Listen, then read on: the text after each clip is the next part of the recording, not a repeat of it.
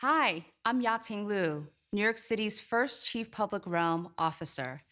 Thank you on behalf of the City of New York and the Adams administration for inviting me to speak to you today.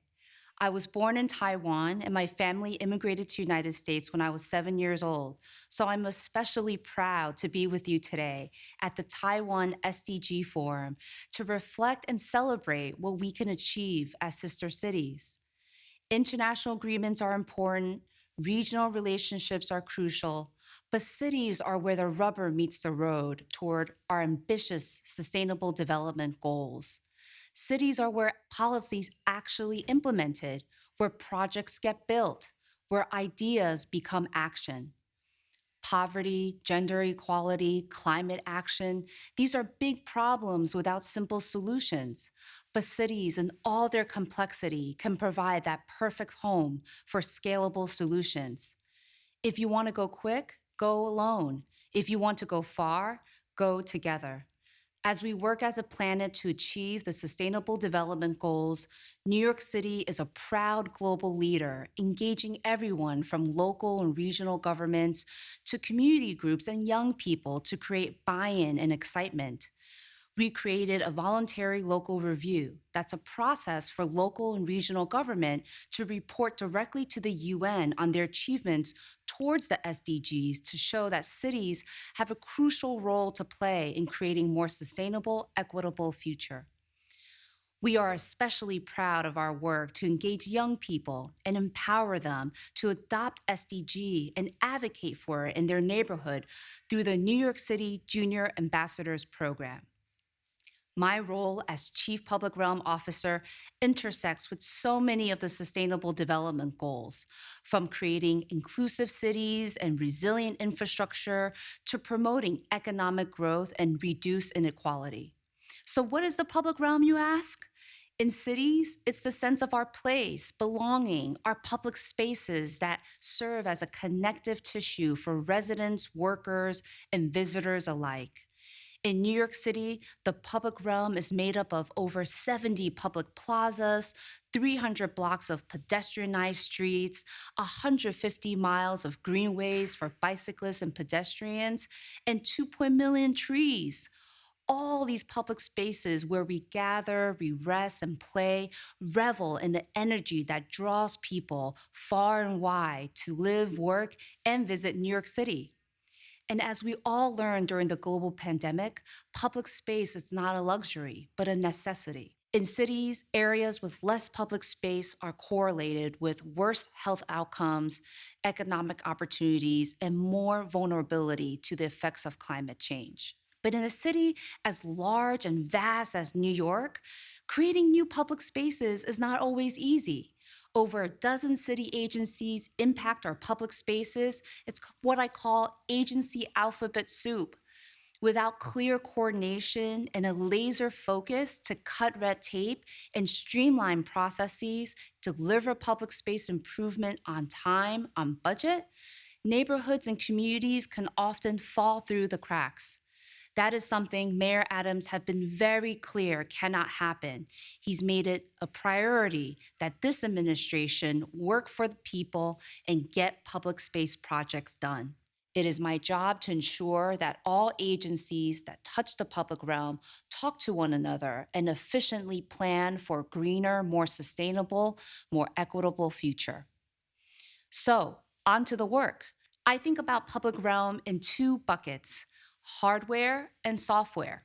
Hardware refers to the expansion of the physical public space, coordinating with different agencies like transportation or parks department to deliver new public space projects more quickly and efficiently for New Yorkers. It means delivering the physical changes to the built city that people can enjoy and experience. But public space is only as good as how they're maintained. This is the software piece.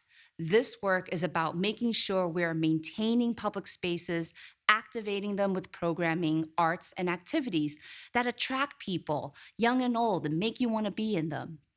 So what are some ways we're improving New York City's public realm? In a generational commitment to expand public space, the administration has committed $375 million to create new plazas and pedestrianized streets called open streets in all 5 boroughs. Broadway Vision, located in the center of Manhattan, is one great result. It is a closed street over several blocks of Broadway, and it has been transformed into the piazza of Manhattan.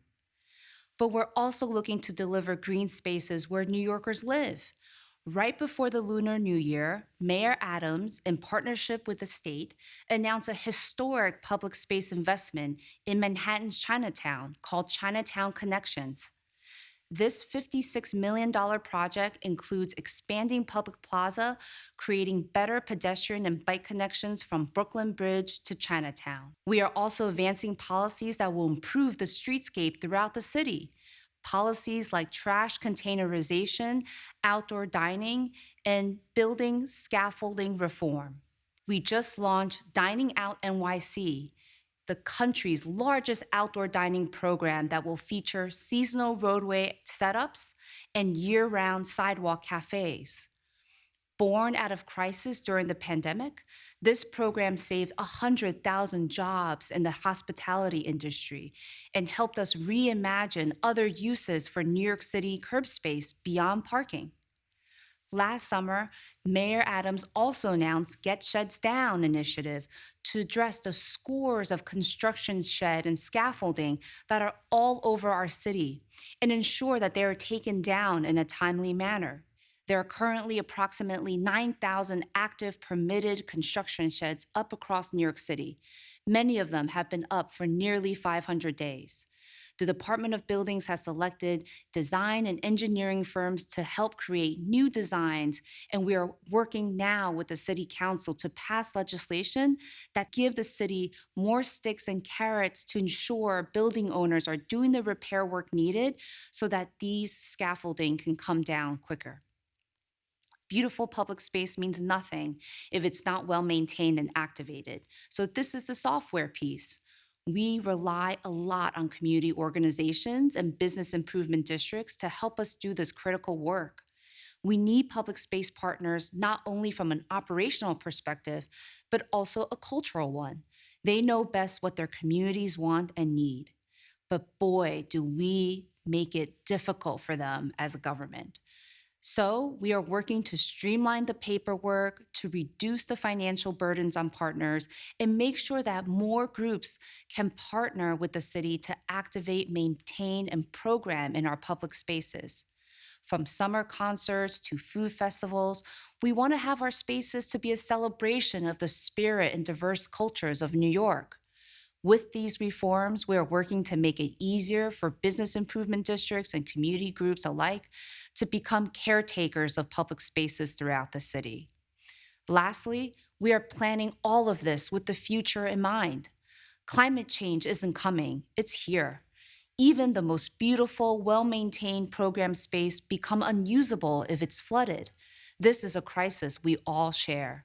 As a city surrounded by water, we are having to be creative with the land that we have, ensuring that our public spaces do double duty, providing space for New Yorkers to relax and connect, but also help us manage more and bigger storms. We're installing rain gardens, porous pavement to handle the rain so our public spaces can act like the sponge and soak up the water. We're also supercharging tree planting across neighborhoods to handle that heat. We are using every surface from streets to tree pits to roofs and even our playgrounds to help the city better prepare for a changing climate. We've installed more than 12,000 green infrastructure assets over the last couple of years, and we're just getting started. Our city's public realm can serve as a key tool to advance many of the sustainable development goals by creating vibrant public spaces that can also help combat the effects of climate change. This is good for business, good for quality of life, and good for public health.